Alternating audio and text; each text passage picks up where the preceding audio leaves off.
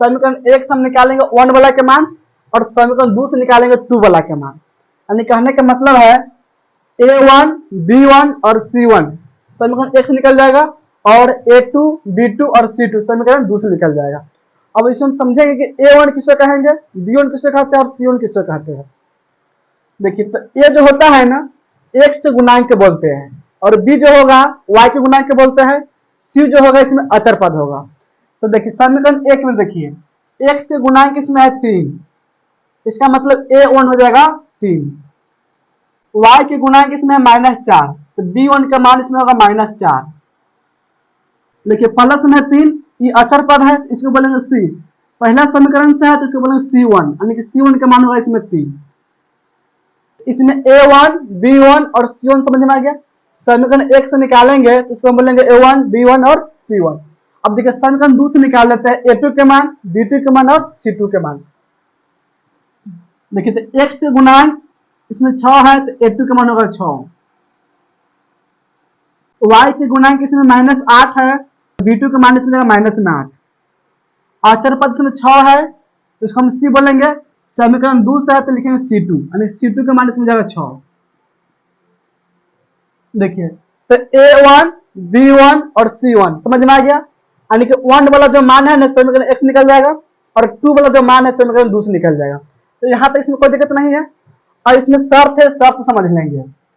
A1 बट्टा में A2 बराबर नहीं है B1 बट्टा में B2।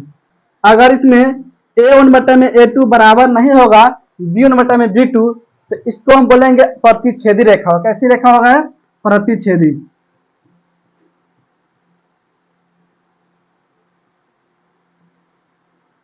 समझ में आया कि नहीं?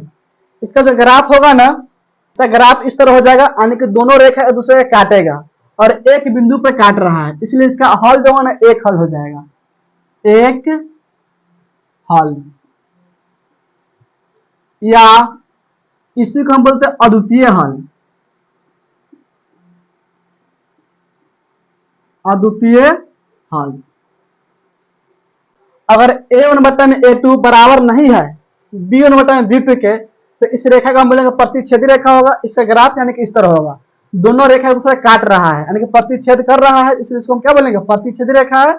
और इसका हल जो होगा ना एक होगा क्योंकि एक बिंदु पे कट रहा है। दूसरा शर्त इसमें है A1 बट्टा में A2 बराबर है B1 बट्टा में B2 फिर बराबर है C1 बट्टा में C2। अगर तीनों बराबर आ गया, तीनों अनुपात क्या होगा? बराबर हो जाएगा, तो इसको बोलते हैं समपाती रेखा। क्या बोलेंगे? समपाती। समपाती रेखा। अब देखिए इसका जो ग्राफ होगा ना, समपाती मतलब दोनों रेखा एक दूसरे के ऊपर जाएगा, यानी कि एक रेखा इस तरह है, अगर दूसरा रेखा काटेंगे तो इसी के ऊपर जाएगा इस तरह। समझ में आया कि नहीं? यानी कि दोनों एक दूसरे के ऊपर, इसका मतलब हुआ कि अनंत बिंदु पर कटेगा। इसमें हम जितना हल निकालेंगे उतना हल निकल सकता है। तो इसका हल होता है अनेक हल। इसको क्या बोलेंगे हम? अनेक हल। इसमें हल होगा अनेक हल या अनगिनत हल। अनगिनत हल यानी कि एक के ऊपर दूसरा रेखा कटेगा। समझ में आया कि नहीं? तो इसमें अनंत बिंदु पर कट रहा है, इसको जितना हम आगे बढ़ाएंगे उतना बिंदु इसमें कट सकता है, इसलिए इसका हल जो होता है अनंत हल। इसको हम अनंत हल भी बोल सकते हैं या अनंत हल। तो पहला पॉइंट, दूसरा पॉइंट समझ में आ गया। अब तीसरा पॉइंट समझिए। तीसरा में मान लीजिए A1 बट्टा में है A2 बराबर है B1 बट्टा में B2 बराबर नहीं है C1 बट्टा में C2 के। ये जो रेखा होगा ना समानांतर रेखा, कैसी रेखा होगा? समानांतर रेखा। समानांतर रेखा हो जाएगा। तो दूसरा रेखा इसके नीचे में या ऊपर में इस तरह हो सकता है। और इसको हम आगे बढ़ाएंगे, इस दोनों के आगे बढ़ाएंगे तो कहीं नहीं कटने वाला है। बात समझ में आया कि नहीं? जो दोनों रेखा जो है ना कहीं नहीं कटने वाला है, यानी कि जब दोनों रेखा कहीं नहीं कटेगा तो कोई हल नहीं होगा। यानी कि इसका कोई हल नहीं होगा, कोई हल नहीं होगा। इतना समझ में आ गया। अगर अनुपात A1 बटा में A2 बराबर नहीं है B1 बटा में B2 के, इसको हम बोलेंगे प्रतिच्छेदी रेखा होगा। और इसका जो ग्राफ होगा ना इस तरह, दोनों रेखा एक दूसरे काटेगा और एक ही बिंदु पर काटेगा, इसलिए इसको हल जो है ना एक हल होगा, या इसी को हम बोलते हैं अद्वितीय हल भी बोलते हैं।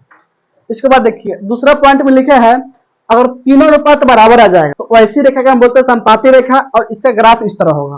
हल जो होता है अनेक हल होता है, या अनगिनत हल बोल सकते हैं, या अनंत हल बोल सकते हैं। तीसरा में है A1 बटा में A2 बराबर है B1 बटा में B2 और बराबर नहीं है C1 बटा में C2, यानी कि ये दोनों बराबर नहीं होगा। समझ में आ रहा है कि नहीं? तब क्या होगा, इसमें समानांतर रेखा होगा और इसका ग्राफ जो इस तरह होगा, इसका कोई हल नहीं होगा। तो यहाँ तक समझ में आ गया। अब इसे हम समझेंगे संगत, असंगत, विरोधी, अविरोधी और आश्रित समझेंगे। समझिए, संपाती जो रेखा है इसको हम बोलते हैं आश्रित, ये एक दूसरे पर आश्रित होता है।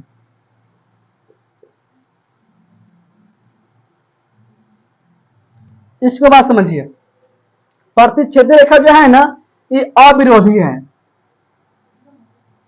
अविरोधी, और अविरोधी को बोलते हैं संगत। इसी को हम संगत भी बोल सकते हैं।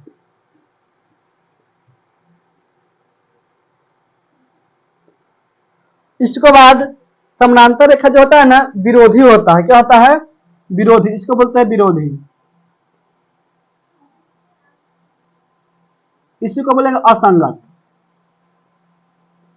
असंगत। तो इतना जो है ना इसके बारे में पता होना चाहिए। देखिए इसमें एक क्वेश्चन लिए हुए थे, इसको समझिए। क्वेश्चन था इसमें 3x माइनस में 4y प्लस में 3 बराबर 0। इसको माने पहला समीकरण, तो इससे हम निकालिए 1 वाला के मान। और दूसरा समीकरण इसमें लिखे हुए है 6x माइनस में 8y प्लस में 6 बराबर 0। दूसरा समीकरण से निकाले हुए 2 वाला के मान। अब देखिए अगर इसमें हम निकालेंगे A1 बटा में A2, A1 बटा में A2 के मान, तो देखिए A1 का मान कितना है इसमें 3 और A2 का मान है 6, यानी कि 3 बटा में 6 हो जाएगा। तो इसको लिखेंगे 3 बटा में 6 कट जाएगा तो हो जाएगा 1 बटा में 2। इसके बाद हम निकालेंगे B1 बटा में B2। देखिए B1 का मान कितना है, B1 का मान -4 है तो -4 लिख लेंगे, और B2 का मान है -8 तो -8 लिखेंगे। माइनस से माइनस कट जाएगा, 4 कम 4, 4 में 8, यानी कि ये भी कट जाएगा 1 बटा 2 मरते में। ये दोनों बराबर आ गया। अगर दोनों बराबर नहीं आता तो हम यहाँ पर लिखते प्रतिच्छेदी होता। समझना है कि नहीं?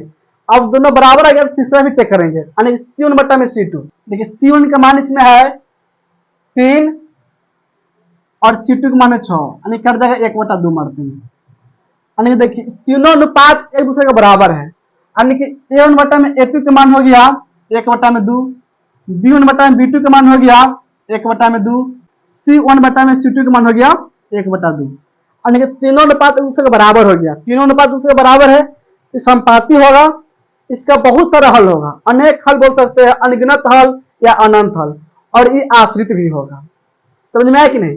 अगर दोनों बराबर नहीं आता तो प्रतिच्छेदी रेखा होता, इसका एक हल होता, और एक हल को बोलते हैं अद्वितीय हल, और ये अविरोधी होता है, इसको हम संगति बोल सकते हैं। तो इतना इसके बारे में याद होना चाहिए। और इतना इसमें याद है, इससे 3 या 4 नंबर का ऑब्जेक्टिव पूछता है। अगर वीडियो अच्छा लगा होगा इस वीडियो को लाइक कीजिए, चैनल को सब्सक्राइब कीजिए, और वीडियो को अपने दोस्तों के पास शेयर भी कीजिए।